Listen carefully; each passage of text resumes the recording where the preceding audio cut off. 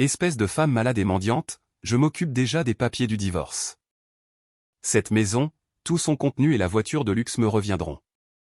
Quand tout cela sera fini, j'épouserai ma petite amie. Mon mari m'a hurlé dessus, a annoncé notre séparation et m'a mise à la porte alors que j'étais gravement malade. Il a tout pris, pensant qu'il avait tout gagné. Il pensait avoir vaincu, mais il se trompait. Quelques jours plus tard, c'est lui qui m'appellerait en pleurant. Avant que l'histoire ne commence, s'il vous plaît, indiquez en commentaire de quelle partie des Philippines vous regardez ceci. N'oubliez pas d'aimer et de vous abonner pour que notre chaîne puisse continuer à grandir et à proposer plus d'histoires. Corazon était allongé sur le large lit, grelottant de froid, mais tout son corps brûlait de fièvre. La mince robe d'intérieur qu'elle portait souvent à la maison était trempée de sueur, sa gorge était sèche et douloureuse. Chaque inspiration s'accompagnait de douleur. Elle était alitée depuis 2 jours, sans défense. Ce matin, elle avait supplié son mari, Joaquin, de lui acheter des médicaments contre la fièvre et des antibiotiques. Mais à la tombée de la nuit, il n'y avait toujours rien. La grande maison est calme. Très calme.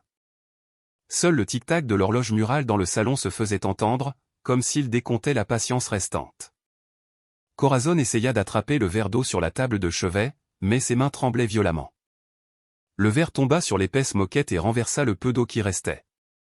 Corazon ferma simplement les yeux, endurant la déception.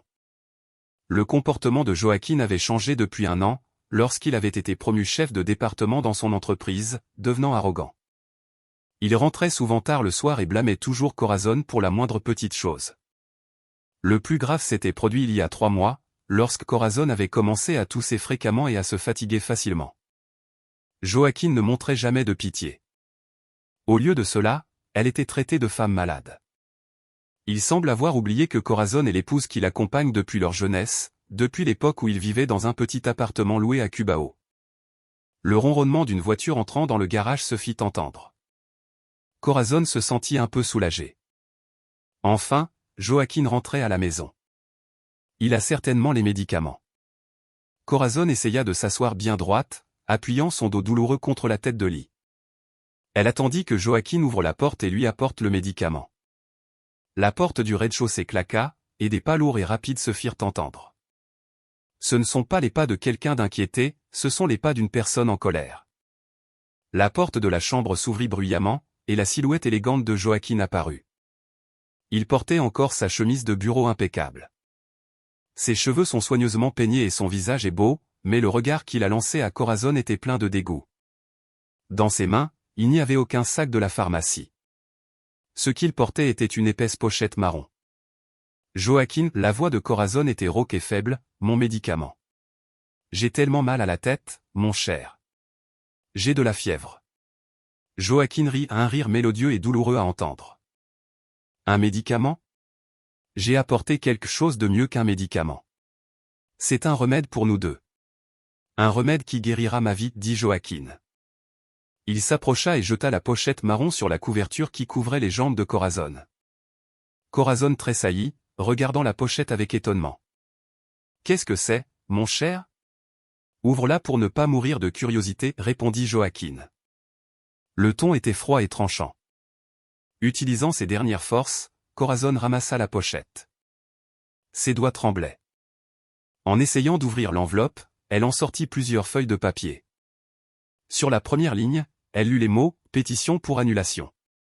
Le monde de Corazon sembla s'arrêter. Elle manquait de souffle. La chaleur qu'elle ressentait disparut soudainement, comme remplacée par un froid qui pénétrait jusqu'à ses os. Elle regarda Joaquin. Elle chercha dans les yeux de son mari le moindre signe de doute, mais elle n'y vit que de la satisfaction. Annulation, murmura Corazon avec incrédulité. Pourquoi es-tu surprise, lança Joaquin avec sarcasme. Il s'assit sur le bord du lit mais loin d'elle, comme s'il était dégoûté par Corazon. Et, espèce de femme malade et mendiante. Penses-tu que je veuille passer le reste de ma vie à m'occuper de quelqu'un d'aussi inutile que toi? J'ai tout arrangé.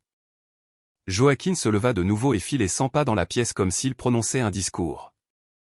J'en ai marre. Je suis fatigué de te voir tousser tous les jours. Je suis fatigué de te voir allongé dans ce lit sans aucune force. Tu es un fardeau pour ma vie. Mon cher, qu'est-ce que j'ai fait de mal? C'est. Orason essaya de parler, mais les larmes commencèrent à monter à ses yeux. Ta faute? Ta faute est d'être pauvre. Tu n'as rien à me donner. Joaquin désigna la pièce d'un geste de la main. Regarde toutes ces maisons, tous ces meubles coûteux. La voiture de sport dans le garage. Tout cela sera à moi.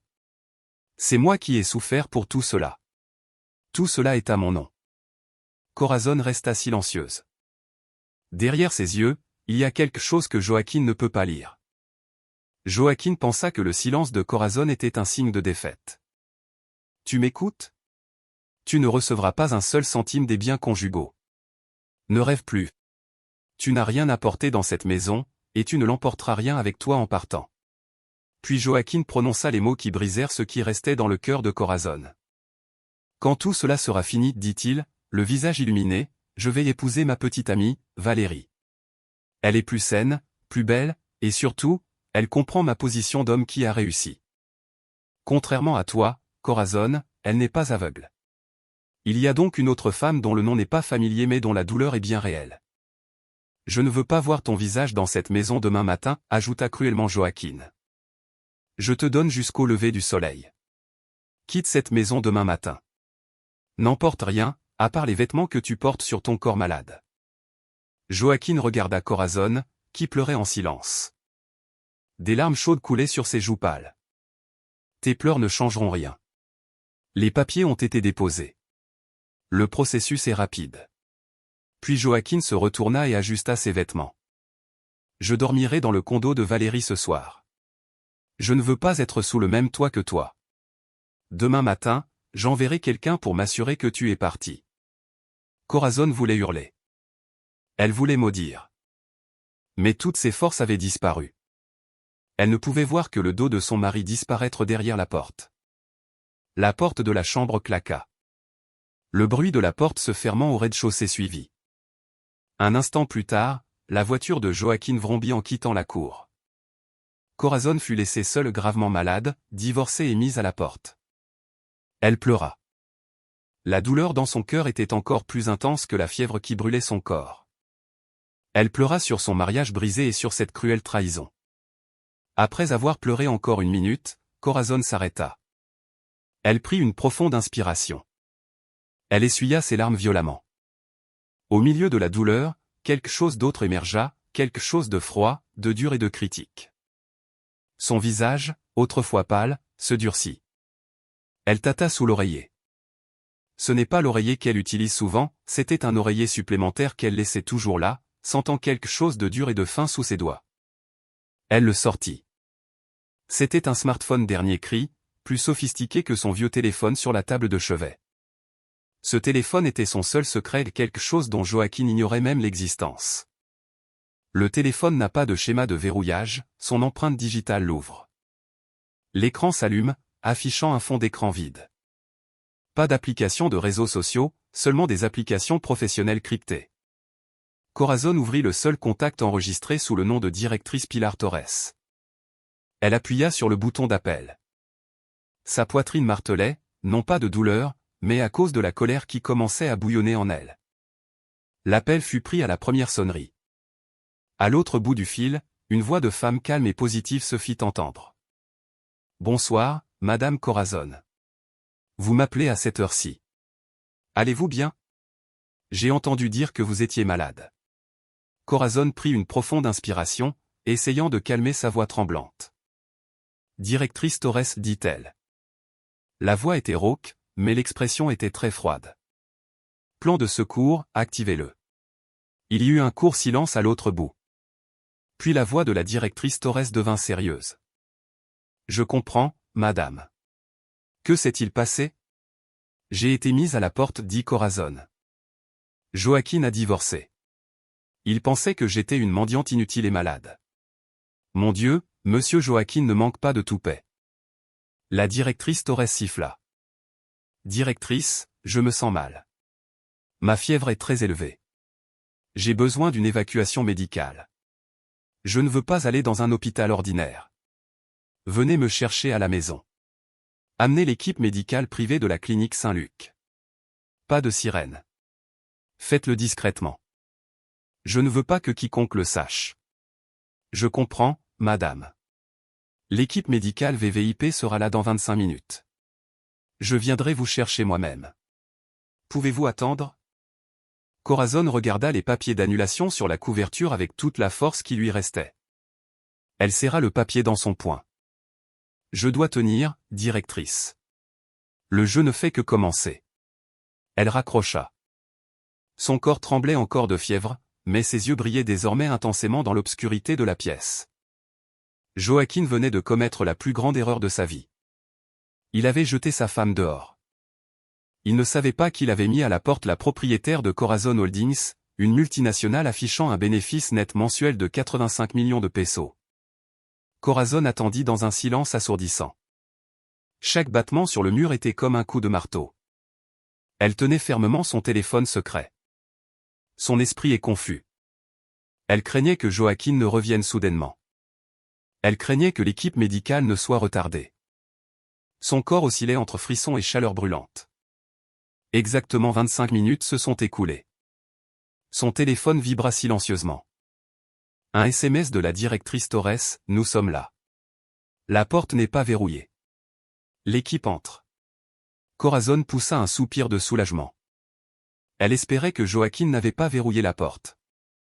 Cet homme était trop arrogant pour penser que sa femme, presque morte, pourrait faire quoi que ce soit. Utilisant ses dernières forces, Corazon retira la couverture. Ses pieds touchèrent le sol froid en moquette. Sa tête tournait énormément. Elle faillit tomber, mais elle se retint au montant du lit.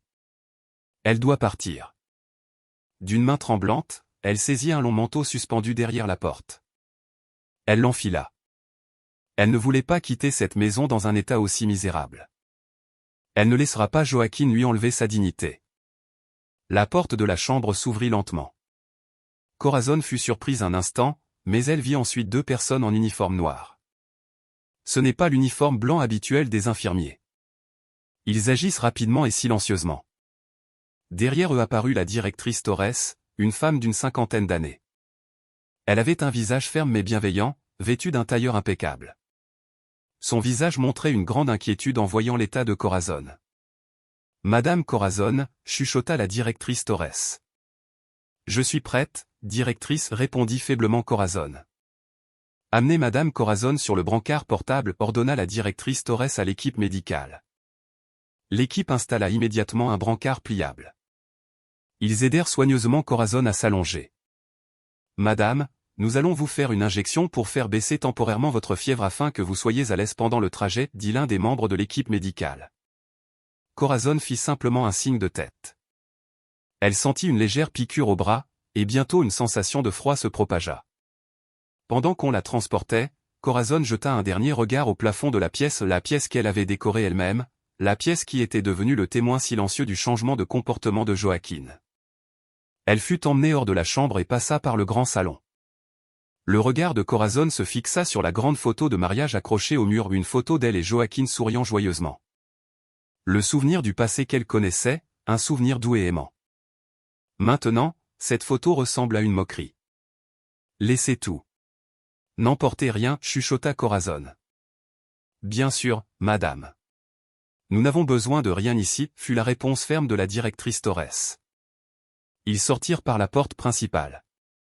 Il n'y avait pas d'ambulance de luxe garée devant la maison. Était garé un Mercedes-Benz Sprinter noir qui ressemblait à un véhicule d'escorte présidentielle. La porte latérale s'ouvrit et révéla l'intérieur d'un espace médical d'urgence VVIP entièrement équipé. Pendant ce temps, dans un condo luxueux de Bonifacio Global City, Joaquin rit aux éclats. Il versa une boisson fraîche dans un grand verre pour Valérie, une jeune et belle femme portant une fine chemise de nuit. « Alors demain, nous serons officiellement les propriétaires de cette grande maison » demanda doucement Valérie. « Bien sûr, je l'ai mise à la porte. Cette femme ne se remettra pas de cette douleur. Elle n'a rien. Demain, je ferai remplacer toutes les clés, et dans 2 jours, nous pourrons commencer à remodeler la chambre » dit Joaquin en passant son bras autour de Valérie. « C'est excitant. Enfin, tout cela sera à nous » s'écria Valérie. Joaquin leva son verre à leur nouvelle vie. Il dit que son ancien téléphone était sur la table en mode silencieux. Il ne voulait pas être dérangé par les appels de cette femme malade. À l'intérieur du véhicule médical qui roulait lentement dans la nuit, on commença à s'occuper de l'état de Corazon. Un médecin qui attendait à l'intérieur du véhicule connecta immédiatement une perfusion. C'est une infection assez grave, mais nous la traitons. Nous devons l'emmener immédiatement à l'hôpital pour des soins intensifs, dit le médecin. La directrice Torres était assise sur une chaise à côté du lit de Corazon. Elle regardait le visage pâle de Corazon avec inquiétude. « Madame, vous devez être forte.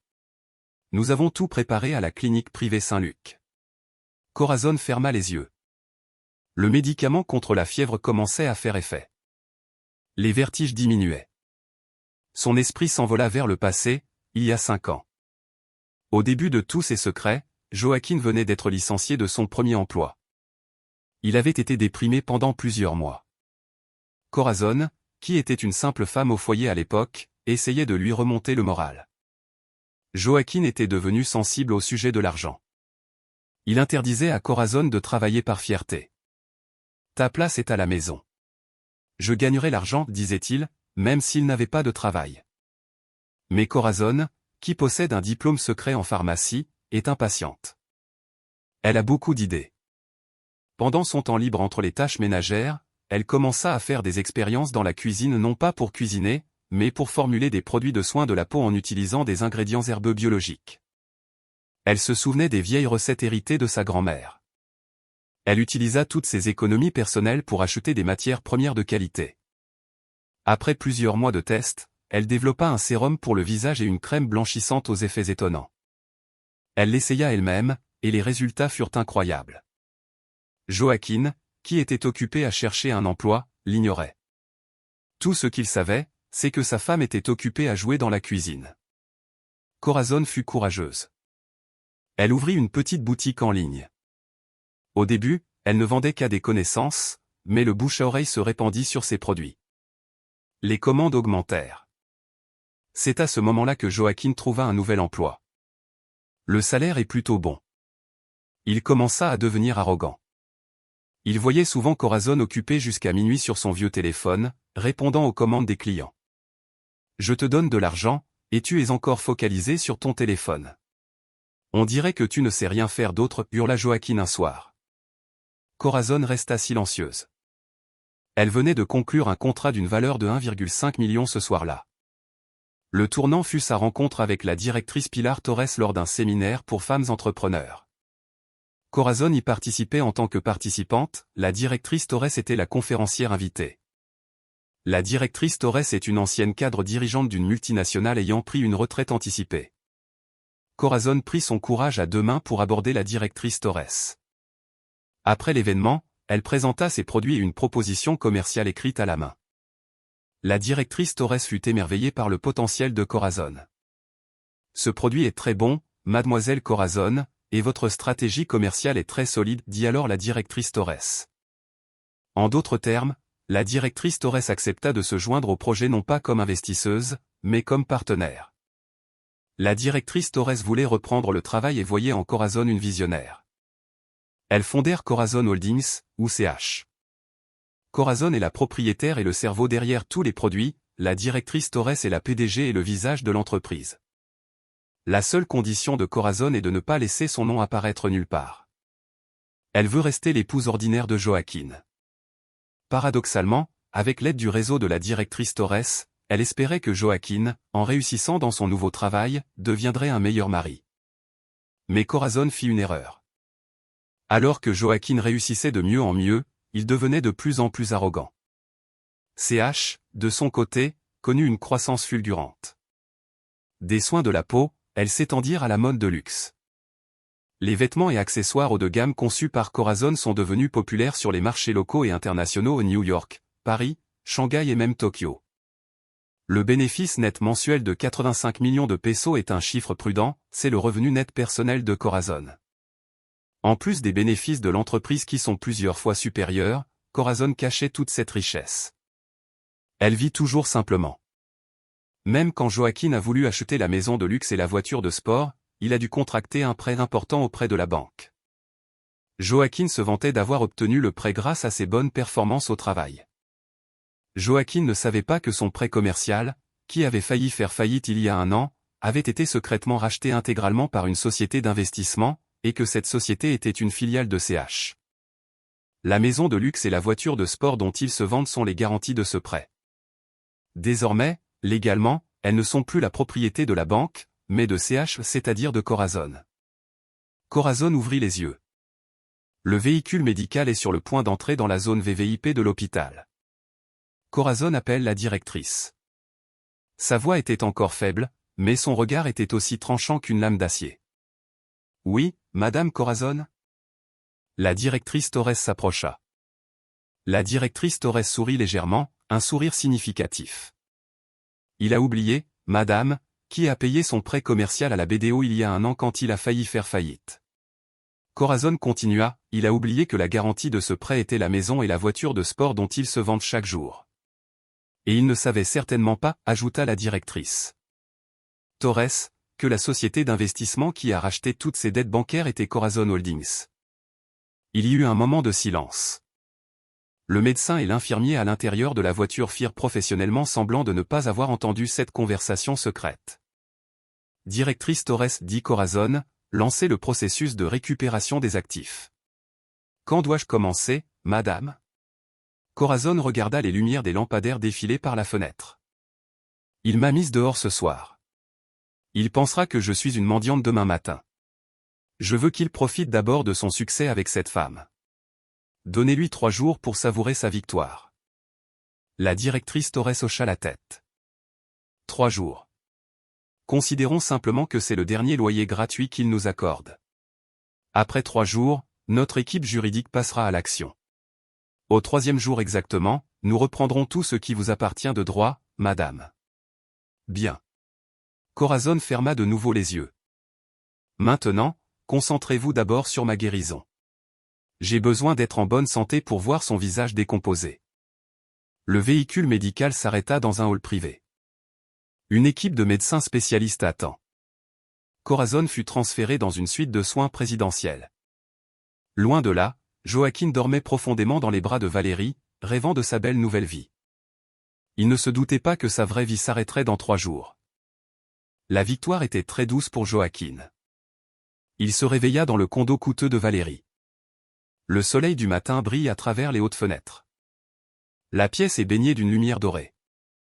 Valérie dormait encore à côté de lui, serrant fort son bras.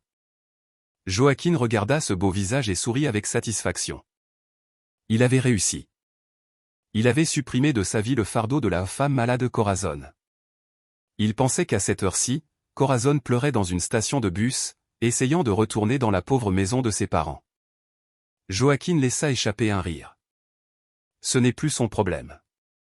Sa nouvelle et merveilleuse vie commence maintenant. Bonjour, bébé, la voix douce de Valérie se fit entendre. Elle ouvrit les yeux. Quelle heure est-il ? Est-ce que cette femme a quitté notre maison ? Elle est certainement partie, répondit-il avec assurance. Valérie sourit de toutes ses dents. Elle se leva du lit, sa chemise de nuit en soie glissant, exposant ses épaules. Génial. J'ai hâte d'emménager là-bas. Ce condo est bien, mais cette maison est un palais, et j'en serai la reine. Bien sûr, chérie, tout ce que tu voudras, dit Joaquin. Allez, prépare-toi.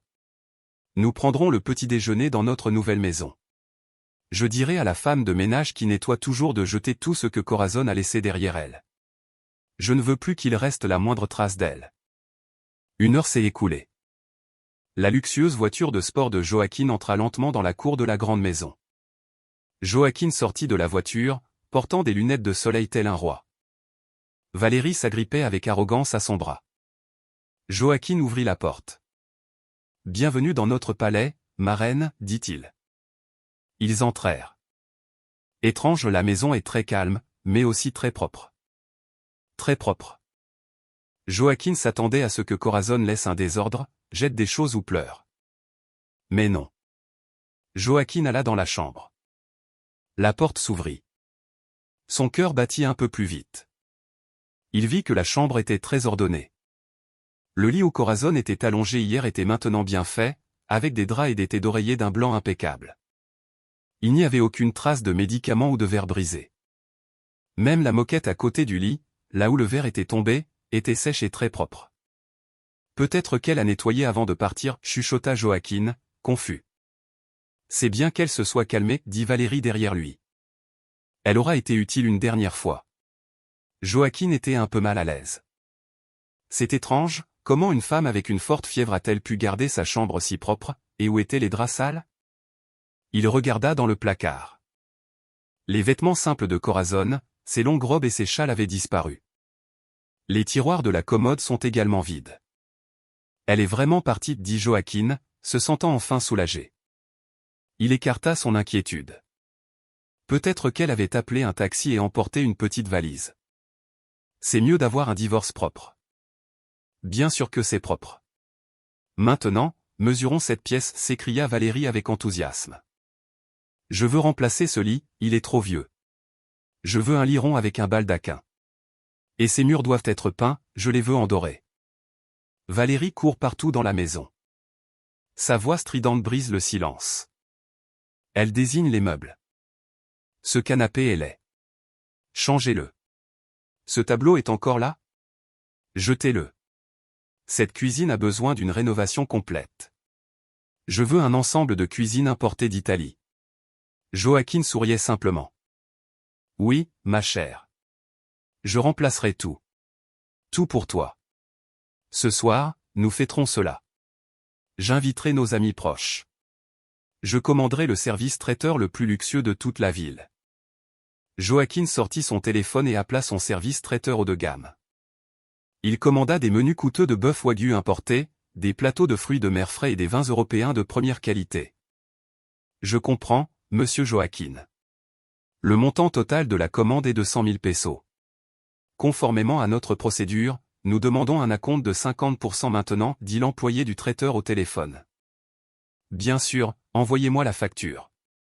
Je paierai avec ma carte de crédit principale, dit Joaquin avec arrogance. Il s'assit sur le canapé dont Valérie ne voulait pas et ouvrit l'application bancaire. Il essaya de payer la compte de 50 000 pesos. Il entra le numéro de la carte de crédit et appuya sur le bouton de paiement. Le traitement prit un certain temps. Puis, une notification rouge apparut sur l'écran, transaction refusée. Joaquin fronça les sourcils. Cette carte a une limite élevée. Des milliers de plus. Peut-être que le signal est faible, chuchota-t-il. Il réessaya. Transaction refusée. Bébé, qu'est-ce qui te prend autant de temps, demanda Valérie, distraite de ses selfies dans le salon. Juste un instant, bébé. Il semble y avoir un problème avec le réseau de la banque. Joaquin essaya de rester calme. Il commençait à se sentir embarrassé. Il essaya une autre carte de crédit de la même banque, refusée. Des sueurs froides commencèrent à perler sur ses tempes. Ce n'est pas possible. Il est un client VIP. Pourquoi ces cartes sont-elles refusées? Il essaya sa carte de débit. Refusé, fonds insuffisant. Les yeux de Joaquin s'écarquillèrent. Fonds insuffisant? Impossible. Son salaire venait de tomber il y a 3 jours. Il ferma rapidement l'application de paiement et ouvrit son application de banque mobile principale. Sa poitrine martelait. Il a saisi son mot de passe. L'écran s'est chargé, puis un message est apparu, accès bloqué. Veuillez contacter votre agence la plus proche. Le corps de Joaquin s'est raidi.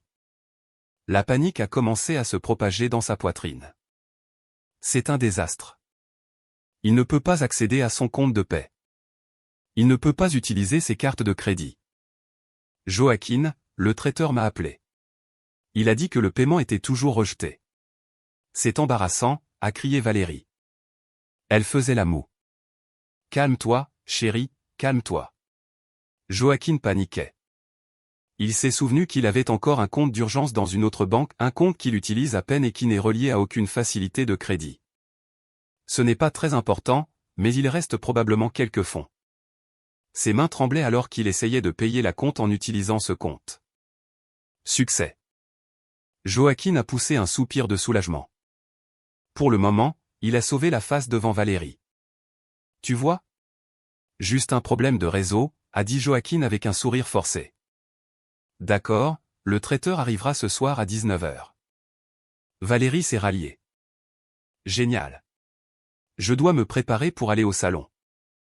Après le départ de Valérie, le sourire de Joaquin a immédiatement disparu. Son visage était pâle. Il y avait un gros problème. Pourquoi son compte principal était-il bloqué? Est-ce que cela a quelque chose à voir avec Corazon? Impossible. Cette femme ne pourrait pas faire une chose pareille. Il s'est promis que demain matin, il appellerait la banque et leur hurlerait dessus.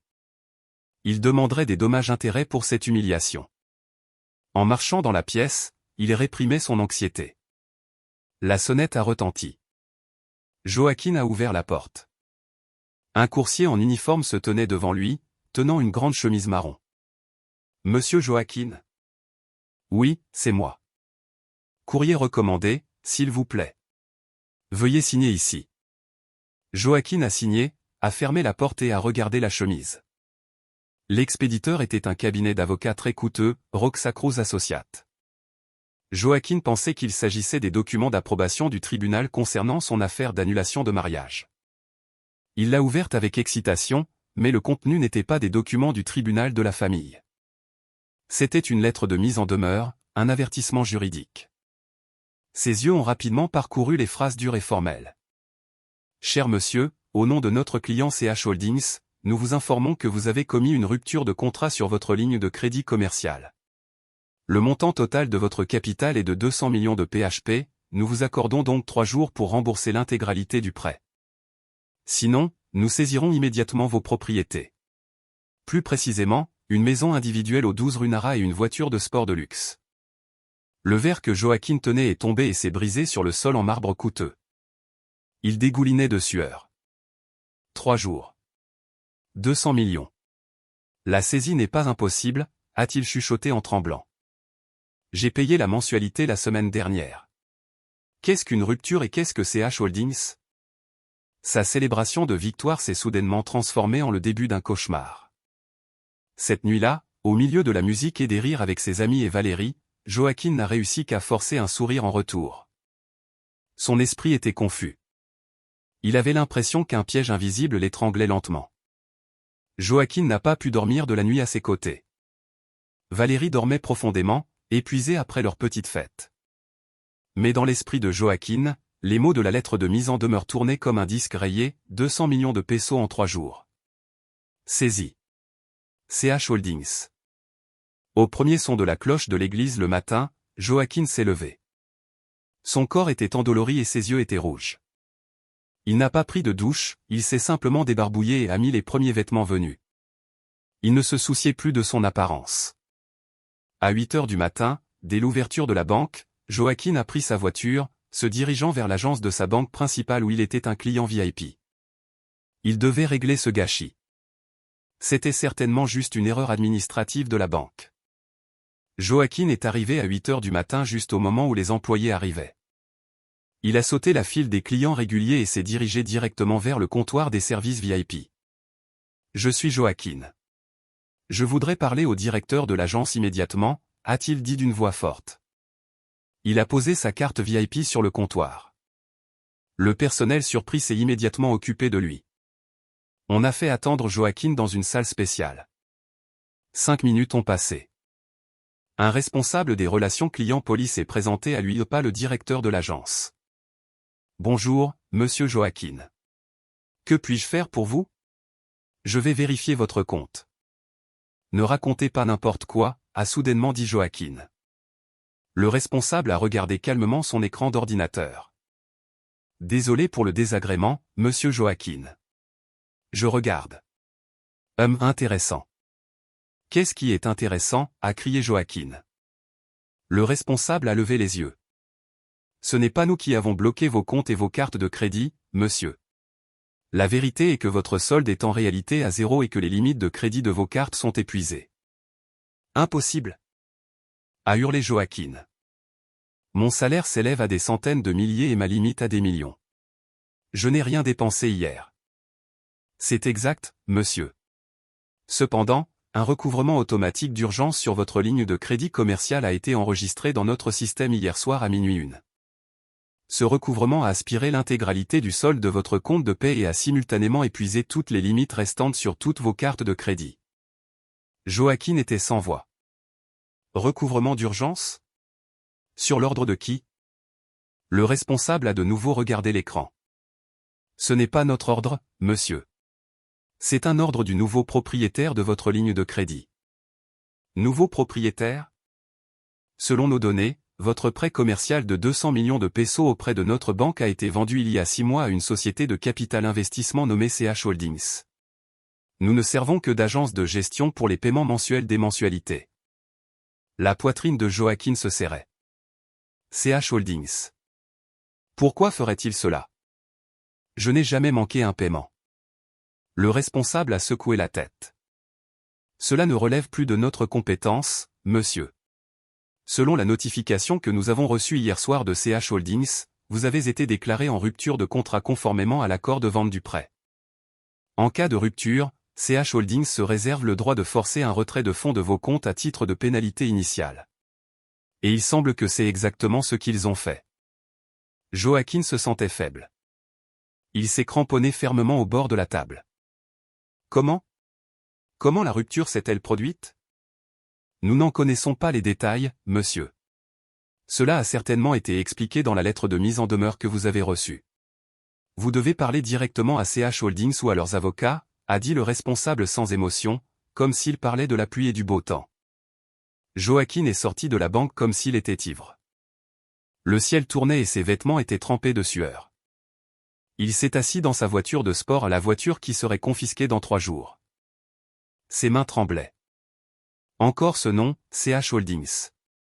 Il a sorti son téléphone et a cherché le CH Holdings sur Internet. Ce qui est apparu était une corporation gigantesque, Corazon Holdings, un conglomérat dans la mode de luxe, les soins de la peau mondiaux et l'immobilier. Son logo était partout. Joaquin avait déjà vu cela auparavant mais l'avait ignoré. Pourquoi? Pourquoi une énorme entreprise achèterait-elle ma petite dette, a-t-il chuchoté désespérément. Puis il s'est souvenu du nom du cabinet d'avocats dans la lettre de mise en demeure, Roxa Cruz Associates. Il a rassemblé son courage et a appelé le numéro figurant sur le document. Bonjour. Je suis Joaquin. J'ai reçu une lettre de mise en demeure au nom de CH Holdings. Il doit y avoir une erreur. Je n'ai pas commis de rupture. La voix à l'autre bout du fil était calme et froide. Aucune erreur, monsieur Joaquin. Notre client agit conformément à la loi. Vous avez violé la clause 11, section B de l'accord de prêt que vous avez signé. Clause 11, section B? Qu'est-ce que c'est? Si vous êtes trop paresseux pour lire les documents que vous signez, monsieur Joaquin, laissez-moi vous le dire. Cette clause stipule que vous êtes obligé de maintenir l'ordre dans la famille et de ne pas vous engager dans des actes immoraux ou déshonorants qui pourraient affecter l'image du prêt commercial. Joaquin était silencieux. Il a senti le sang lui monter à la tête.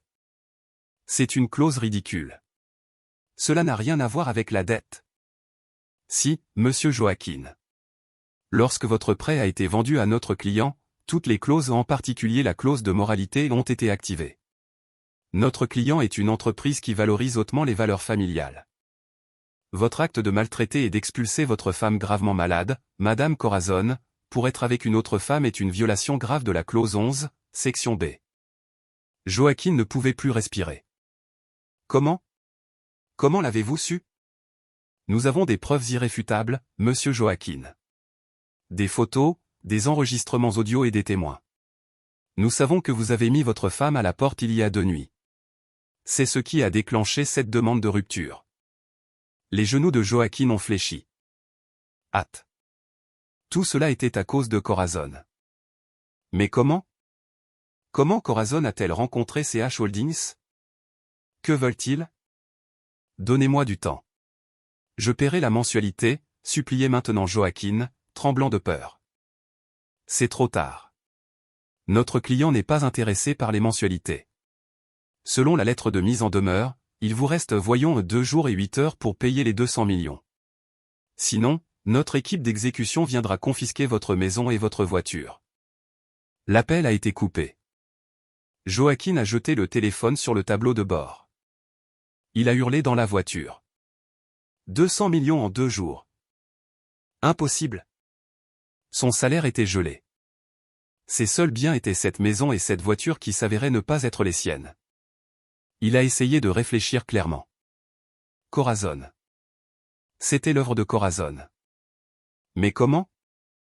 Est-ce que Corazon travaillait chez CH Holdings comme femme de ménage et s'était plainte à son patron? Impossible.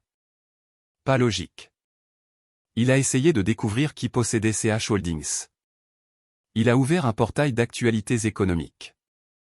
Le propriétaire de CH Holdings était une personne mystérieuse. L'entreprise était dirigée par une PDG nommée directrice Pilar Torres. Pilar. Le front de Joaquín s'est plissé. Ce nom lui était familier. Il s'est soudainement souvenu.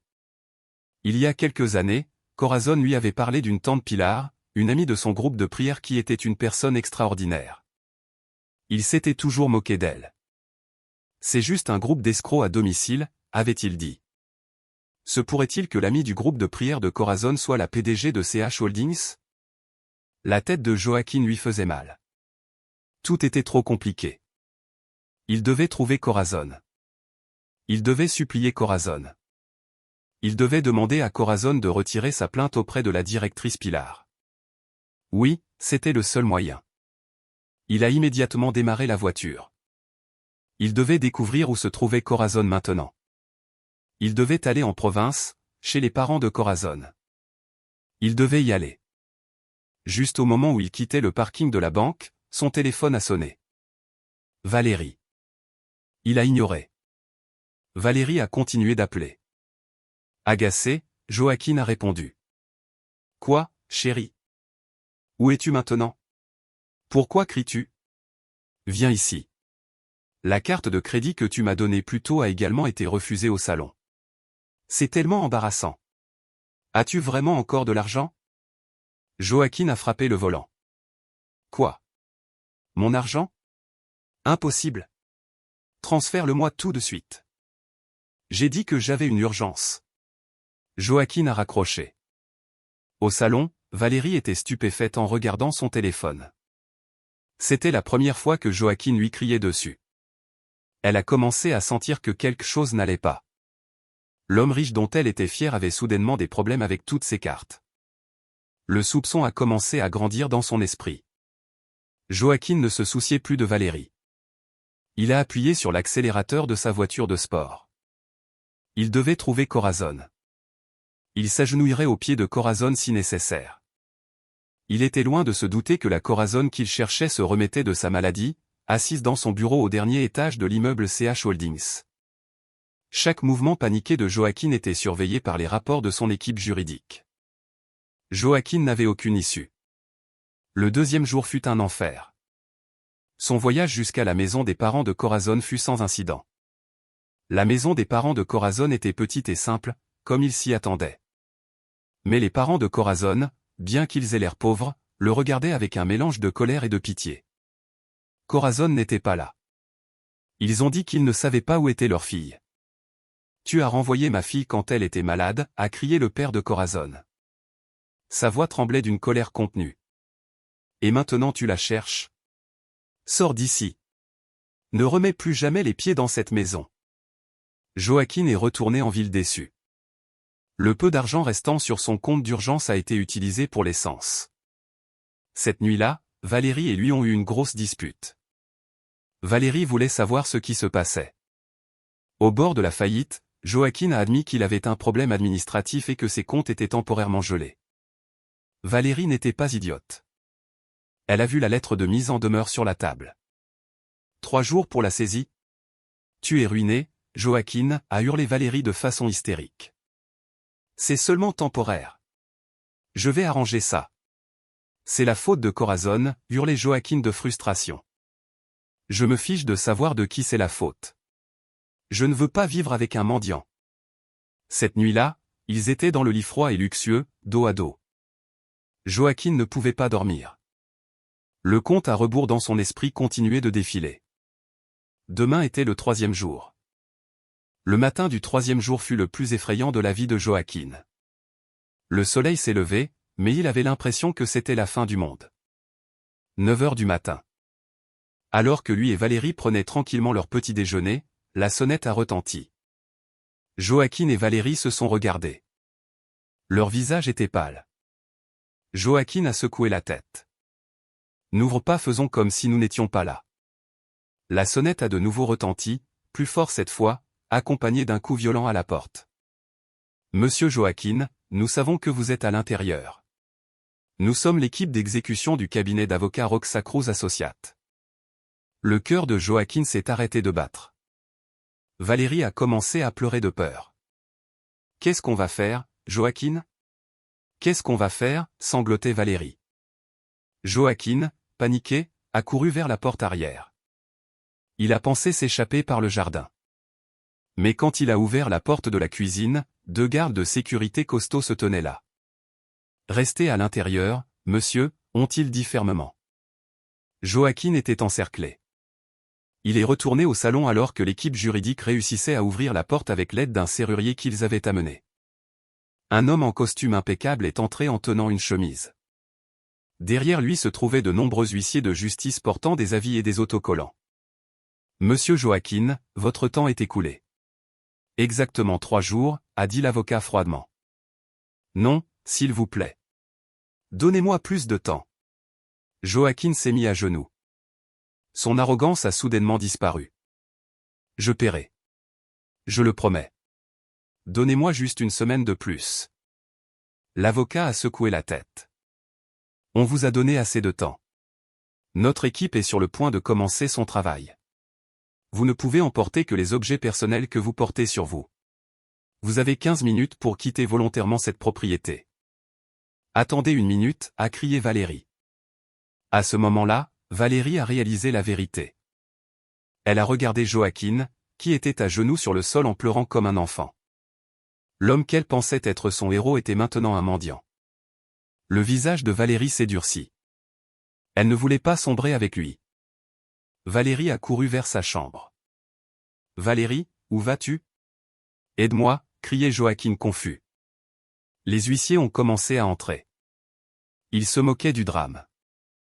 Ils ont commencé à coller des autocollants de saisie par CH Holdings sur les téléviseurs à écran plat, les canapés coûteux et les peintures de valeur. À l'extérieur, on entendait le bruit d'une dépanneuse venant chercher la voiture de sport de Joaquin. 5 minutes plus tard, Valérie est descendue. Elle ne pleurait plus. Elle traînait 2 grandes valises qu'elle avait préparées en un rien de temps. Elle a ignoré Joaquin, qui la regardait avec surprise, et s'est dirigée directement vers la porte. « Valérie, tu me quittes ?» La voix de Joaquin s'est brisée alors qu'il criait. Valérie s'est arrêtée et s'est retournée. Son visage était plein de dégoût.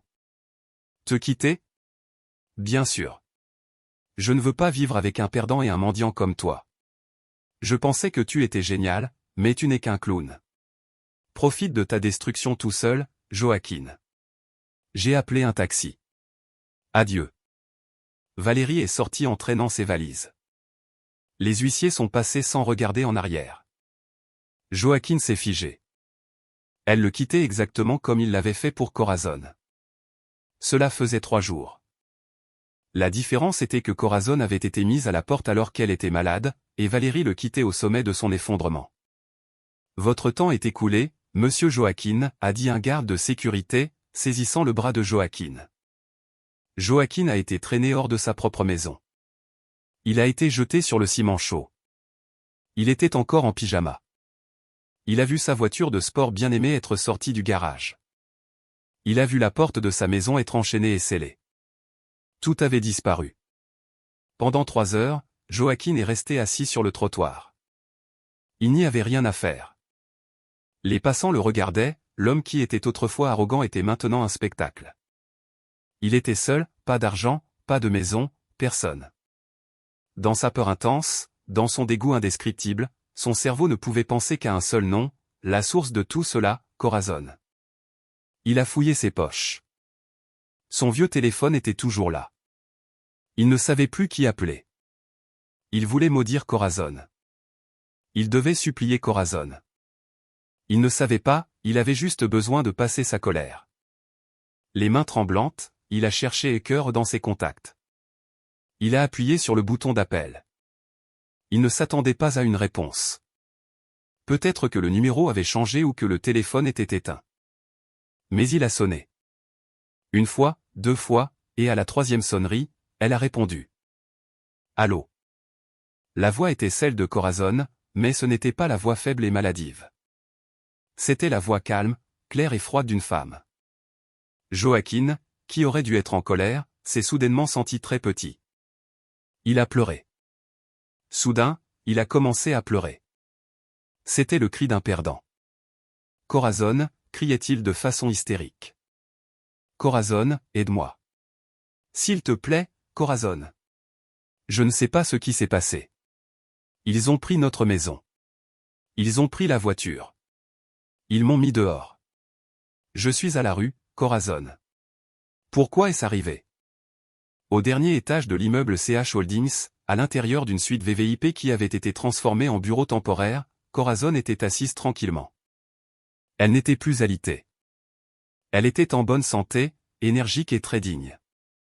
Un foulard en satin vert émeraude accentuait son visage, qui paraissait maintenant déterminé.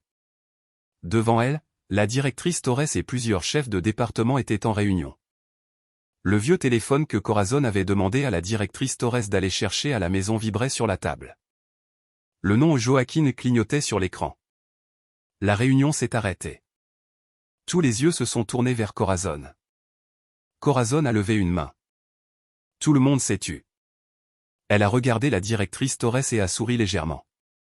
Elle a appuyé sur le bouton du haut-parleur pour que tout le monde dans la pièce puisse entendre. Les pleurs hystériques de Joaquin ont immédiatement rempli la pièce. Corazon, s'il te plaît, aide-moi. Corazon, je ne sais pas ce qui s'est passé. Ils ont pris notre maison. Ils ont pris la voiture. Ils m'ont mis dehors. Je suis à la rue, Corazon. Pourquoi est-ce arrivé? Corazon a attendu que Joaquin finisse de pleurer. Elle a fait signe aux autres de se taire. Le silence dans la pièce contrastait fortement avec la voix paniquée de Joaquin au téléphone. Après que Joaquin ait sangloté, Corazon a approché ses lèvres du micro. Elle a répondu d'une voix calme et forte, une voix que Joaquin n'avait jamais entendue auparavant. « Excusez-moi, qui est à l'appareil » Il y eut un silence à l'autre bout du fil. Les sanglots de Joaquin se sont soudainement arrêtés. « Quoi ? C'est moi, Corazon. Joaquin, ton mari. » Monsieur Joaquin, a dit Corazon d'un ton désintéressé, comme si elle parlait à un étranger. Je pense qu'il y a un malentendu. Tout d'abord, je ne suis plus votre femme. Mes papiers d'annulation de mariage ont été déposés ce matin. Deuxièmement, notre maison. Il y a 3 jours, vous avez clairement indiqué que c'était votre maison, n'est-ce pas? Joaquin était à bout de souffle. Sa gorge était sèche. Cette voix était la voix de Corazon, mais pas sa Corazon, pas la femme faible qu'il pouvait piétiner. Cette voix était pleine d'autorité. Corazon, où es-tu? Chuchota Teil, terrifié. Je suis en pleine réunion importante aujourd'hui, a répondu Corazon. Elle s'est adossée à sa chaise, regardant le paysage urbain à travers la grande baille vitrée derrière elle. Nous parlons d'expansion commerciale au Moyen-Orient, quelque chose que vous ne pouvez pas comprendre. Vous savez, les affaires. Joaquin était confus. Corazon, ne raconte pas de bêtises. Aide-moi, supplia-t-il de nouveau. Je sais que c'est toi qui as fait ça. Ton ami du groupe de prière a dû faire ça. M'as-tu dénoncé à la directrice Pilar? S'il te plaît, dis-lui d'arrêter tout ça. Je ferai tout. Je reviendrai vers toi. Je vais divorcer de Valérie. Je le promets. Un rire froid et moqueur s'est fait entendre par le haut-parleur. Corazon riait. Revenir vers moi? Tu penses que je vais ramasser les ordures que j'ai déjà jetées? Et Valérie? Tu arrives trop tard, Joaquin. Elle t'a quitté il y a 1 heure. Exactement au moment où l'équipe d'exécution est arrivée. Mon équipe juridique vient de me le rapporter. Joaquin a eu l'impression qu'on lui versait un seau d'eau froide sur la tête. Corazon savait. Elle savait tout. Elle surveillait tout. Qui es-tu? Chuchota Joaquin, plein de peur. Maintenant, les poils de sa nuque se hérissaient. Qui es-tu vraiment, Corazon? Corazon a souri. Veux-tu vraiment savoir, Joaquin? Durant toutes les années où tu as été avec moi, tu m'as insulté. On m'appelait la femme malade et la mendiante qui ne faisait que jouer sur son téléphone. Tu n'as même pas demandé ce que je faisais réellement sur mon téléphone. Que veux-tu dire? Corazon a fait signe à la directrice Torres. La directrice Torres a pris le relais. Bonjour, monsieur Joaquin. Vous parlez au conseil d'administration de Corazon Holdings. Joaquin a reconnu la voix calme de l'appel concernant la lettre de mise en demeure. Directrice? Pourquoi le téléphone de Corazon est-il là-bas? Quel est votre lien avec ma femme? Corazon a repris le téléphone. Ce n'est pas mon ami, Joaquin. C'est mon bras droit. Le PDG qui dirige l'entreprise pour moi. Silence. Joaquin essaie de traiter l'information. Vous avez demandé qui je suis, a poursuivi Corazon. Il s'est approché de la fenêtre, regardant la rue en bas où Joaquin pourrait être assis comme un mendiant. Vous avez appelé le numéro de votre pauvre mari que vous avez délaissé. Mais laissez-moi me présenter officiellement. La voix de Corazon résonnait désormais avec une pleine autorité. Bonjour, Joaquin. Vous parlez à Corazon, l'unique propriétaire, fondateur et président de Corazon Holdings. L'entreprise, avec un bénéfice net mensuel de 85 millions de PHP, vient de récupérer tous ses actifs de vos mains. Le téléphone tomba des mains de Joaquin. Il tomba sur le ciment avec un bruit sourd. Joaquin lui-même se raidit. Ses yeux s'écarquillèrent de peur. En regardant l'asphalte brûlant, sa respiration s'arrêta. Son monde n'était pas seulement détruit, il avait disparu. Joaquin tomba sur le trottoir sale, figé. Son téléphone était à côté de lui. L'écran était fêlé, mais l'appel était toujours connecté. Il pouvait entendre la respiration calme de Corazon à l'autre bout du fil, un contraste saisissant avec les battements forts de son propre cœur. Ce n'est pas possible, murmura Joaquin. Refusant d'y croire, sa voix se brisa. Le cauchemar de Corazon. Est-ce que vous mentez? Tout cela n'est qu'un mensonge. La voix de Corazon retentit à nouveau, froide et sans émotion. Je n'ai pas de temps pour les mensonges. Joaquin, je suis occupé, mais puisqu'aujourd'hui est le jour de votre destruction, je vais vous accorder un peu de mon temps. Il y eut un moment de silence, Joaquin fixant toujours l'asphalte d'un regard vide. Relevez la tête, Joaquin, ordonna Corazon. Regardez de l'autre côté de la route, un peu sur votre gauche. Lentement, comme un robot cassé, Joaquin leva la tête. Ses yeux gonflés se plissèrent sous la lumière du soleil. De l'autre côté de la route encombrée, un gratte-ciel en verre bleu se dressait avec élégance. À son sommet, 3 grandes lettres brillaient au soleil, CHH. Cet immeuble, murmura Joaquin. Sa gorge était sèche. Oui, Corazon Holdings, répondit Corazon. Je suis au dernier étage. Je peux vous voir de ma fenêtre. Vous avez l'air misérable là-bas sur le trottoir. Les agents de sécurité sont sur le point de vous expulser. Joaquin déglutit. Une peur froide lui glaça le dos. Corazon l'observait. Allez dans le hall, continua Corazon. Je veux vous voir. Je veux voir de mes propres yeux comment le visage de cet homme arrogant s'est effondré. L'appel fut coupé. Joaquin resta stupéfait pendant 1 minute, le corps paralysé. Il ne lui restait plus rien. La maison était partie, la voiture était partie, et Valérie était partie. Et maintenant, même sa fierté était sur le point d'être écrasée. Il n'avait pas le choix. Où d'autre irait-il? Une curiosité étrange, mêlée à une once d'espoir de pouvoir encore implorer la clémence, le fit se lever. Il se leva en tremblant. Le pyjama qu'il portait était sale. Il marcha comme un zombie vers les grandes portes vitrées de l'immeuble CH. Il ignora les coups de klaxon. L'intérieur du bâtiment était un autre monde. Le sol était en marbre importé, brillant. Il y avait une cascade artificielle sur l'un des murs. Des employés vêtus proprement marchaient. L'air froid de la climatisation frappa son corps en sueur, cela le fit frissonner. Joaquin restait là, au milieu de tout ce luxe, ne sachant que faire. Il était comme une tache sur une toile blanche. Une belle réceptionniste le regarda avec un mélange de dégoût et de suspicion. « Excusez-moi, monsieur. Puis-je vous aider demanda la réceptionniste. Le ton n'était manifestement pas bon. Je suis, bégaya Joaquin. Je veux voir Corazon. Madame Corazon.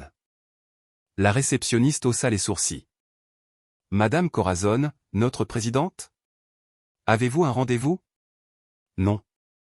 Mais elle m'a envoyé ici. Dites-lui que c'est Joaquin.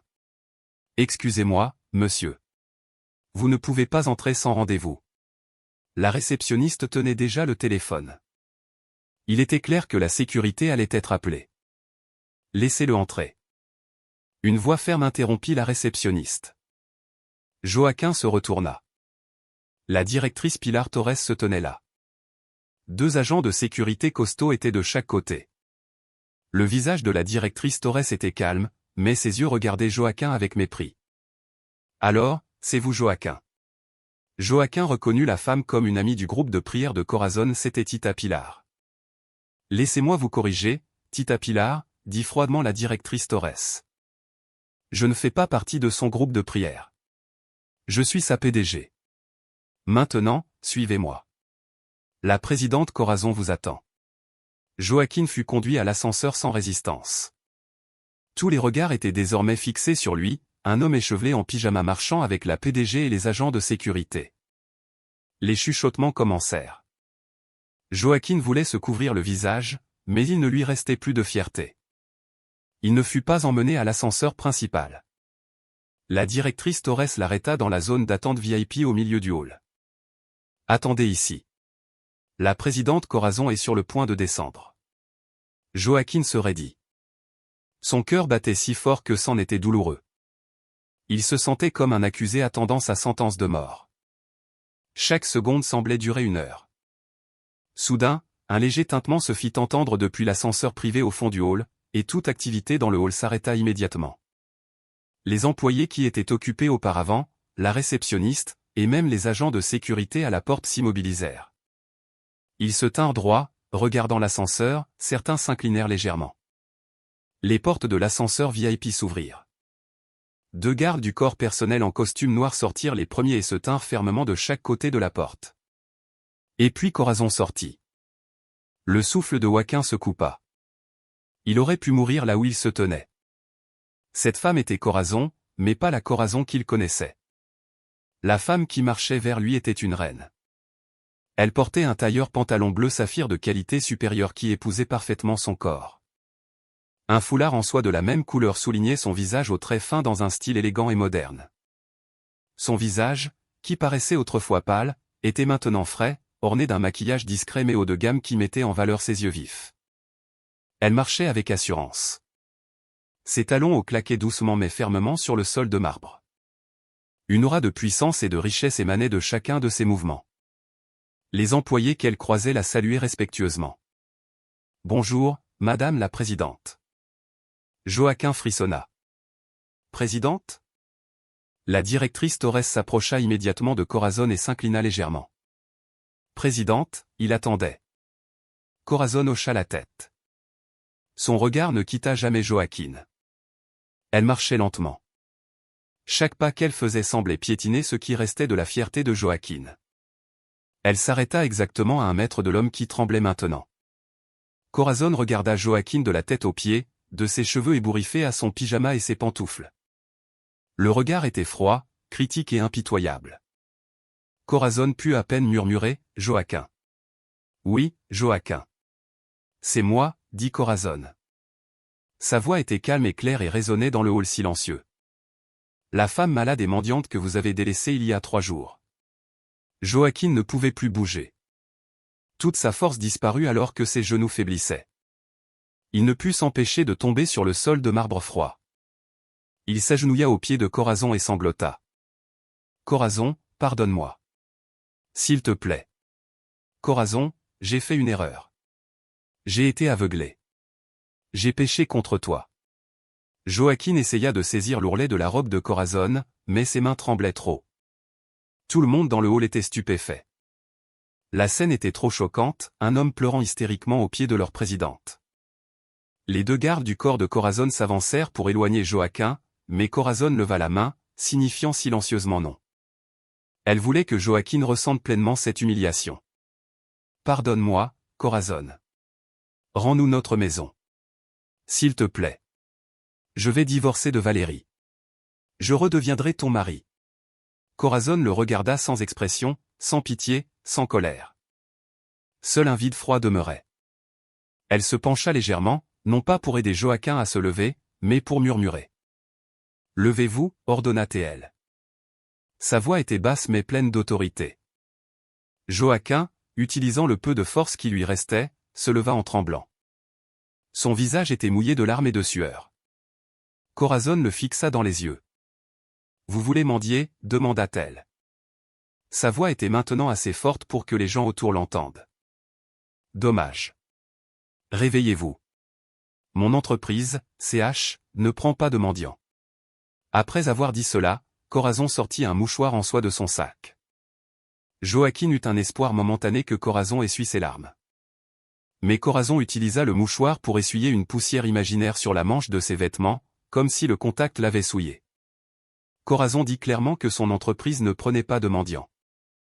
Après avoir prononcé cette phrase, Corazon se retourna avec grâce. Elle retourna vers l'ascenseur VIP. « Directrice Torres, occupez-vous de lui » dit-elle sans se retourner.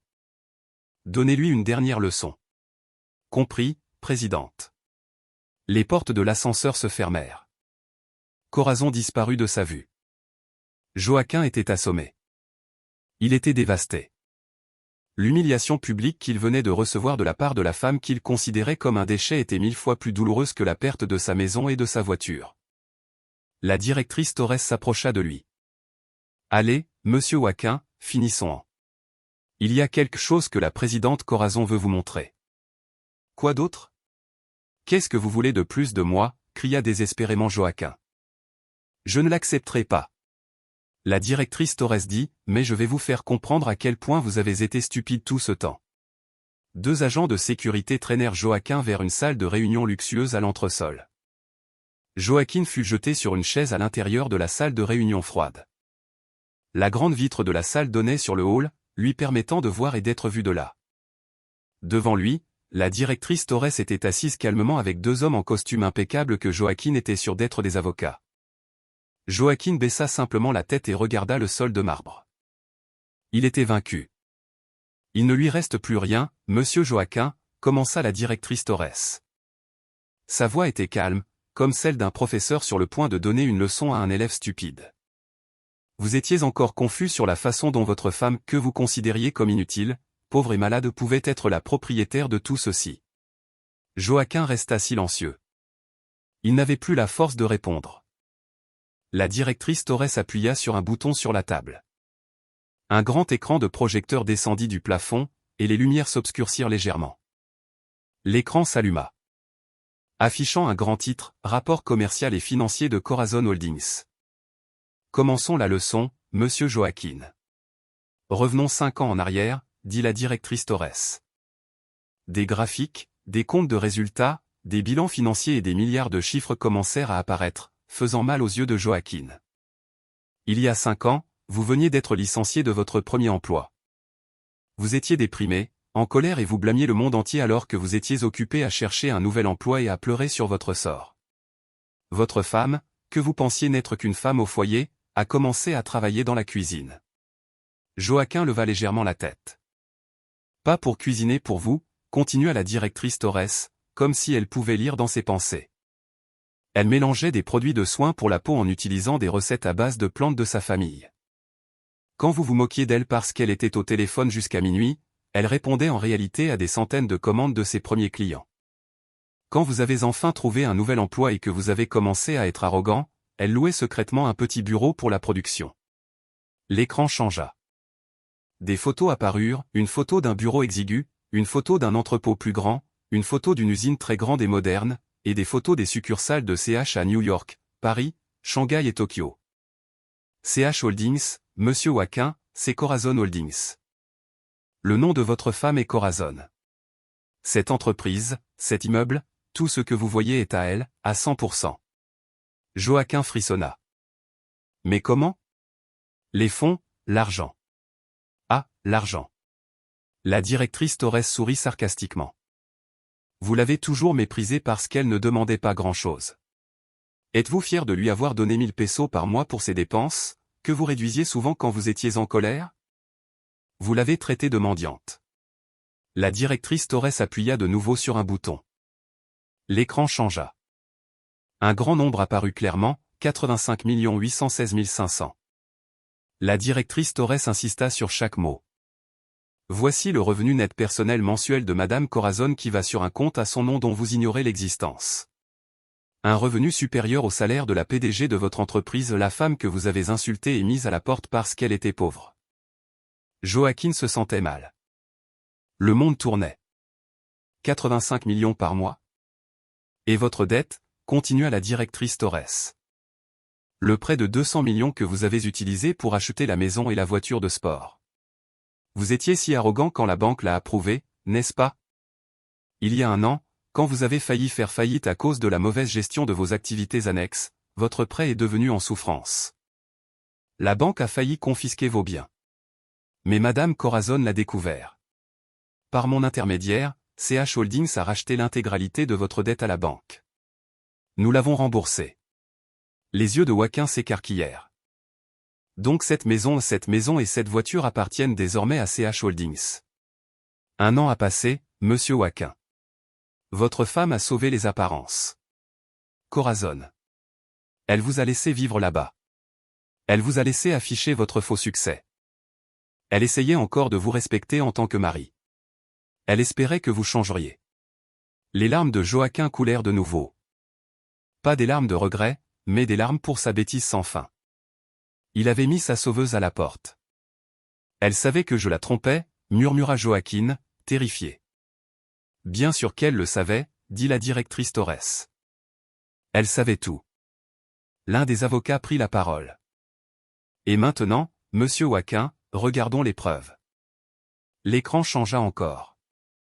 Désormais, non plus des graphiques financiers, mais des enregistrements vidéo. Joaquin vit son propre salon. Il se vit serrer Valérie dans ses bras sur le canapé. La date dans le coin inférieur droit indiquait que c'était il y a 6 mois, quand Corazon était allé à une réunion de prière. La vidéo dans leur chambre changea. Joaquin vit Valérie essayer les vêtements et le châle de Corazon, en riant et en les jetant par terre. Et Joaquin était là, riant avec elle. Et la dernière vidéo était la plus fatale, il y a 3 jours dans la même pièce. Joaquin se vit debout avec arrogance devant le lit. Il vit Corazon allongé, affaibli. Il entendit sa propre voix, remplie de dégoût.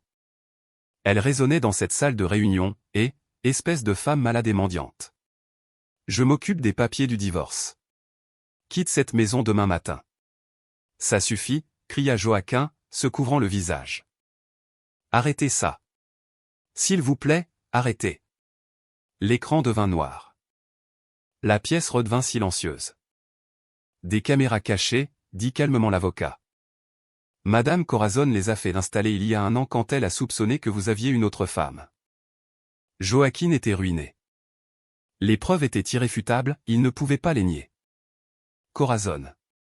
Va-t-elle m'enfermer? Demanda désespérément Joaquin. Au début, c'était le plan, dit la directrice Torres. Nous avons préparé les dossiers pour violence verbale, abandon et adultère. C'est suffisant pour que vous croupissiez en prison pendant quelques années. Joaquin trembla de peur. La directrice Torres plaça un dossier mince devant Joaquin. Voici la demande officielle d'annulation de mariage de Madame Corazon. Elle inclut également une demande de dommages et intérêts moraux. Les mains de Joaquin tremblaient alors qu'il l'ouvrait. Madame Corazon ne demandait pas de partage des biens. Elle ne voulait pas prendre son argent sale. Elle reprenait simplement la maison et la voiture qui étaient les siennes, réellement. Mais il devait quand même payer pour ce qu'il avait fait. Les yeux de Joaquin s'écarquillèrent de peur en voyant le montant de la réclamation. Il cria, « Je n'ai pas d'argent. Vous avez tout pris. » Bien sûr que non, sourit froidement la directrice Torres. Mais vous avez encore un travail, n'est-ce pas? Oh, j'ai failli oublier. Le sourire de la directrice Torres s'élargit. Information de dernière minute, monsieur Joaquin. 1 heure a passé. CH Holdings a finalisé l'achat de 70% des actions de l'entreprise pour laquelle vous travaillez. Et en tant que nouvel actionnaire majoritaire, le premier ordre de la présidente Corazon est une réorganisation de la direction. Votre lettre de licenciement a été signée. Vous êtes officiellement renvoyé de votre travail. C'était le dernier clou dans le cercueil de Joan. Il ne lui restait plus rien, maison, voiture, femme, économie, et maintenant son travail la source de sa fierté. Vous êtes des démons, cria Joaquin, la voix brisée. Nous ne faisons que rendre justice, dit la directrice Torres. Et concernant la dette de 20 millions. Madame Corazon est si gentille. Elle sait que vous ne pouvez pas la rembourser, alors elle vous donne un choix. La directrice Torres posa une autre feuille de papier devant Joaquin. Signez cette déclaration. Avouez tout ce que vous avez fait, votre adultère, vos violences verbales et votre abandon. Si vous admettez que vous avez eu tort, la dette sera effacée. Joaquin regarda la confession. C'était le dernier morceau de fierté qui lui restait. Pourquoi avez-vous besoin de ça? L'avocat dit que c'était juste une garantie pour qu'il ne répande pas de fausses histoires. Joaquin n'avait pas le choix. Licencié, en faillite et sans abri. Ses mains tremblaient alors qu'il prenait le stylo. Il signa le document confessant ses péchés. C'est fini, dit la directrice Torres, prenant rapidement les papiers. À ce moment-là, la porte de la salle de réunion s'ouvrit. Corazon entra de nouveau. Elle se tint devant Joaquin, qui était maintenant abattu, il avait la tête baissée. Vous divorcez de moi, Joaquin, demanda calmement Corazon.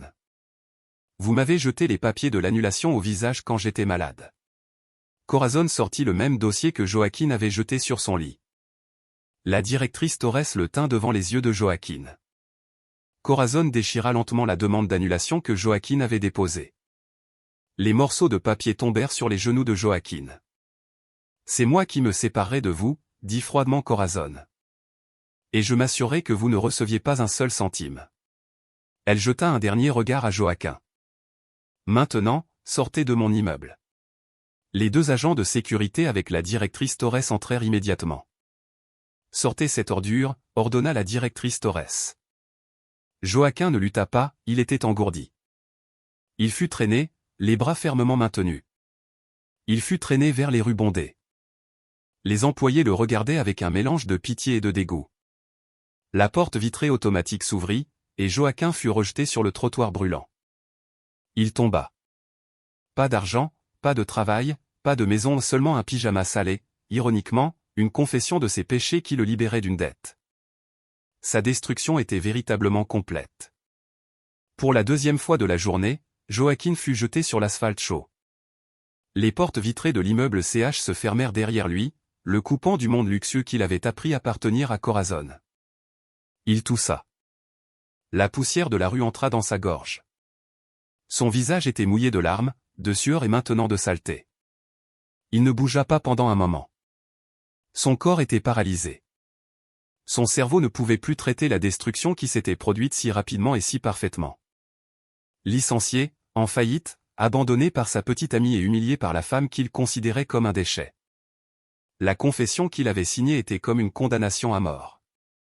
Les passants le fixaient, un homme en pyjama pleurant devant un immeuble de luxe. Un agent de sécurité du bâtiment se tenait maintenant à la porte, l'observant attentivement, s'assurant qu'il n'essaierait pas d'entrer de nouveau. Il devait partir. Joaquin ne pouvait pas rester là éternellement. Avec ce qui lui restait de force, il se leva. Ses genoux tremblaient. Il commença à marcher sans but. Où aller? Il n'avait pas de maison. Il tâtonna dans ses poches vides. Son téléphone cassé avait été laissé dans le hall quand il avait été jeté dehors. Maintenant, il n'avait rien d'autre que les vêtements qu'il portait. Son estomac se noua. Il avait faim. Il avait mangé le dernier de son petit déjeuner tendu avec Valérie. Combien d'heures s'étaient écoulées? Le soleil commençait à se coucher. L'air était chaud et étouffant. Il se souvint de ses amis de fête. Il pourrait leur emprunter de l'argent. Il marcha quelques kilomètres jusqu'au café où ils se réunissaient souvent. Avec un soupir, il entra. Certains de ses amis étaient là. Joaquin, mon Dieu, qu'est-ce qui t'est arrivé? Demanda quelqu'un, surpris par son apparence. Joaquin raconta son histoire, une version déformée. On m'a piégé, les gars. Mes comptes sont gelés. Prête-moi un peu d'argent d'abord. Le visage de l'ami surpris devint froid. Désolé, Joaquin. La nouvelle vient de se répandre dans le groupe de discussion. Tu as été viré de l'entreprise et CH Holdings a pris tes actifs. Joaquin était stupéfait. Comment le savais-tu? Tout le monde le sait. Tu t'es heurté à Corazon Holdings. Tu es fou. Désolé, Joaquin. Je ne peux pas t'aider. Je ne veux pas avoir d'ennui avec CH. Il se leva et partit précipitamment. Les autres amis firent semblant de ne pas le voir. Joaquin fut laissé seul au milieu du café. Le serveur le fit sortir. Il retourna dans la rue. Il avait honte d'être un paria. Personne n'osait l'approcher de peur de l'ombre de Corazon. La nuit tomba, Joaquin avait faim. Il dormit devant un magasin fermé, ses bras servant d'oreiller. Frissonnant de froid, le bourdonnement des moustiques et l'odeur du canal furent ses compagnons de sommeil. C'était son karma instantané. Pendant ce temps, dans une autre partie de la ville, Valérie paniquait. Elle avait réussi à s'échapper de la maison de Joaquin avec 2 valises de vêtements et un sac de marque. Elle loua temporairement une chambre bon marché dans un motel. Elle contacta d'autres hommes riches sur sa liste. Elle devait trouver un remplaçant pour Joaquin immédiatement. Bonjour, présidentant. C'est Valérie. Peut-être que vous n'êtes pas occupé. Allons dîner, dit-elle doucement au téléphone. Valérie? Qui est Valérie? Répondit l'homme. Eh, président. C'est Valérie. Nous nous sommes rencontrés à la fête. Oh, Valérie. La petite amie de Joaquin qui est en faillite? Oui. La voix de l'homme changea soudainement. Désolé, je suis occupé en ce moment. Ne me rappelle plus. L'appel fut coupé. Valérie était stupéfaite. Elle essaya d'appeler quelqu'un d'autre. La réponse fut la même. La nouvelle de la chute de Joaquin se répandit comme une traînée de poudre, et son nom était impliqué. Elle était la femme avec l'homme quand il était tombé. Elle était celle qui avait été mise à la porte, sa réputation dans la société et parmi les hommes riches était ruinée. Personne ne voulait s'approcher d'elle. Malheureusement, sa malchance ne s'arrêta pas là. Alors qu'elle se lamentait dans sa chambre de motel, on frappa à la porte. 2 hommes portant des costumes impeccables se tenaient là. Mademoiselle Valérie, nous sommes du cabinet d'avocats Roxa Cruz Associates. Une citation à comparaître. Le cœur de Valérie s'arrêta de battre. Ses mains tremblaient alors qu'elle acceptait la citation. Corazon l'attaquait en justice. Les accusations étaient l'adultère, la diffamation et la destruction de propriétés privées. Corazon demandait 50 millions de pesos en dommages et intérêts. 50 millions de PHP, cria-t-elle hystériquement. Elle n'avait pas cette somme. Tous ses biens et ses vêtements lui avaient été donnés par Joaquin. Les jours suivants furent un cauchemar pour les 2 méchants. Valérie se retrouva sans argent. Elle ne pouvait pas se permettre d'engager un avocat. Elle commença à vendre ses sacs de marque un par un à bas prix pour survivre et payer le motel. Joaquin, après 3 jours de faim et de sommeil dans la rue, finit par ravaler sa fierté. Il avait besoin de manger. Il marcha vers Divisoria où travaillaient les porteurs. Son visage autrefois beau était maintenant sale. Sa barbe avait poussé. « Patron, vous avez besoin d'aide » demanda-t-il au contremaître. Le contremaître l'examina de la tête aux pieds. « Tu as l'air propre. Peux-tu soulever un sac de riz ?»« Je suis fort, patron. »« J'ai besoin de manger » plaida Joaquin d'une voix brisée. « Soulève ces sacs de riz du camion. »« Je te paierai 75 PHP par sac » dit le contremaître. C'est ainsi que commença la nouvelle vie de Joaquin. L'homme qui portait autrefois des vêtements propres et conduisait une voiture de sport transpirait désormais sous le soleil, soulevant des sacs de riz pesant des dizaines de kilos. Son corps autrefois tonique était maintenant maigre. Sa peau était brûlée, noire et sale. Ses muscles ressortaient non pas à cause de la salle de sport, mais à cause du travail forcé. Son dos et ses articulations étaient toujours douloureux, et ses mains étaient souvent blessées. Il avait depuis longtemps oublié l'odeur des vêtements propres ou des parfums coûteux. Tout ce qu'il connaissait, c'était l'odeur de la sueur, des ordures du marché et des cigarettes bon marché. Qu'est-il arrivé à Valérie? Joaquin ne s'en souciait plus. La dernière nouvelle qu'il avait entendue de ses collègues de travail concernait Valérie. Après avoir perdu le procès contre Corazon, elle était enterrée sous les dettes. Pour survivre, elle était devenue serveuse dans une brasserie à Ermita. Une rumeur disait qu'elle avait été prise dans une rafle il y a quelques semaines. Son sort était pire que la simple pauvreté, elle était ruinée. Joaquin ne ressentait aucune pitié. Il ne ressentait rien. Son cœur était mort. Il travaillait comme une machine, travail, paix, achat de riz, sommeil. C'était le cycle de sa vie. Cet après-midi-là, après 12 heures de travail sans arrêt, Joaquin reçut son salaire en billets froissés. Il sortit du marché. Ses jambes douloureuses se traînaient. Il s'arrêta à son restaurant favori. Un riz et un plat, à emporter. Il tenait un sac de nourriture. Il marcha vers un grand carrefour. Il s'assit sur le trottoir sale, s'appuyant contre un poteau de signalisation. Il ouvrit le sac pour son dîner. De l'autre côté de la rue, un écran vidéo géant sur le mur d'un immeuble de grande hauteur s'alluma soudainement. Il montrait une diffusion en direct d'un programme d'informations économiques qui fit s'arrêter Joaquin de manger son riz. Sa cuillère en plastique resta suspendue en l'air. Sur cet écran géant se trouvait le visage de Corazon. C'était une diffusion en direct de l'événement de lancement mondial de CH ce matin. Le visage très propre, calme et digne de Corazon remplissait l'écran. Un reporter étranger demanda en anglais, ce qui était traduit sur l'écran, « Présidente Corazon, vous êtes maintenant l'une des femmes les plus riches et les plus influentes d'Asie. Quel est le secret de votre succès ?» Joaquin retint son souffle. Il vit Corazon sourire légèrement. « Il n'y a pas de secret, » répondit Corazon. Sa voix s'entendait clairement à travers le carrefour. « Je ne me suis pas contenté de ne plus travailler. Je n'ai pas cessé de croire en mes capacités, même quand la personne la plus proche de moi me méprisait et me traitait d'inutile. » Le sac de nourriture tomba des mains de Joaquin. Le riz et les plats se répandirent sur le trottoir sale. Mais Joaquin ne s'en souciait plus. Ses yeux étaient fixés sur l'écran. Là-haut, la femme qu'il traitait de malade et de mendiante était interviewée comme une reine des affaires mondiales. Et ici, sur l'asphalte, l'homme qui se disait roi était assis comme un mendiant, regardant les restes de son dîner mélangés à la poussière. Joaquin baissa profondément la tête. Il ne pleura pas. Il rit simplement un rire sec, plein de désespoir. Il était vaincu. Il n'avait pas seulement perdu sa richesse, il n'avait pas seulement perdu sa position. Il avait tout perdu. La femme qu'il avait délaissée tient désormais le monde entre ses mains, et lui n'a rien, pas même la fierté de ramasser le riz renversé. Le karma avait accompli sa mission.